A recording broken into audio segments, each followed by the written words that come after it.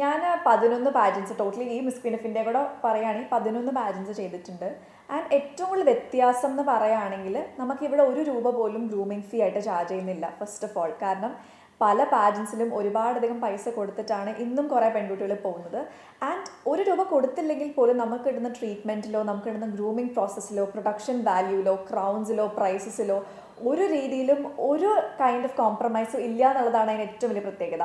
Secondly, നമ്മൾ കേരളത്തിൽ നിന്ന് വരുന്നവരാണെങ്കിൽ അല്ലെങ്കിൽ ഇന്ത്യയിൽ ജനറലി നമ്മൾ വെയർ ചെയ്യുന്ന ഔട്ട്ഫിറ്റ്സ് ഭയങ്കര ഒരു ഇമ്പോർട്ടൻ്റ് ആണ്. അതുകൊണ്ട് തന്നെ സ്വിം വെയറുള്ള കോമ്പറ്റീഷൻസ്, ബിക്കിനി റൗണ്ടുള്ള കോമ്പറ്റീഷൻസിലേക്ക് ആൾക്കാർക്ക് പോകാൻ ഭയങ്കര ബുദ്ധിമുട്ടായിരിക്കും.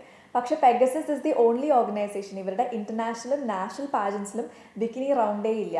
അതുകൊണ്ട് തന്നെ നിങ്ങൾക്ക് ധൈര്യമായിട്ട് ഇവിടെ വരാം. ആൻഡ് പെഗസസിൽ വരുന്ന എല്ലാവരും ഇതൊരു ഫാമിലി ആവും എന്നുള്ളത് എനിക്ക് ഒരു ഡൗട്ടും ഇല്ല. കാരണം അജിത് സർ ആയിക്കോട്ടെ, ജബിത മാം ആയിക്കോട്ടെ, നമ്മുടെ എൻ്റെ പെഗസസ് ടീം നമുക്കൊരു ഫാമിലി പോലെയാണ്. നമ്മുടെ ആ പാജൻസിൽ വരുമ്പോൾ നമുക്കൊരു വീട്ടിൽ വന്നൊരു പ്രതീതിയാണ്. അതുകൊണ്ടാണ് miss Queen of India second time ഞാൻ ചെയ്തപ്പോഴും ഐ വാസ് വെരി കംഫർട്ടബിൾ. കാരണം സ്റ്റേജിൽ നിൽക്കുമ്പോഴാണെങ്കിലും നമ്മുടെ ഏരിയ ആണ് നമുക്ക് തോന്നും. ആ ഒരു കംഫർട്ട് ലെവൽ നമ്മുടെ കോൺഫിഡൻസിനെ ഭയങ്കരമായിട്ട് എനേബിൾ ചെയ്യും, ഇൻഫ്ലുവൻസ് ചെയ്യും.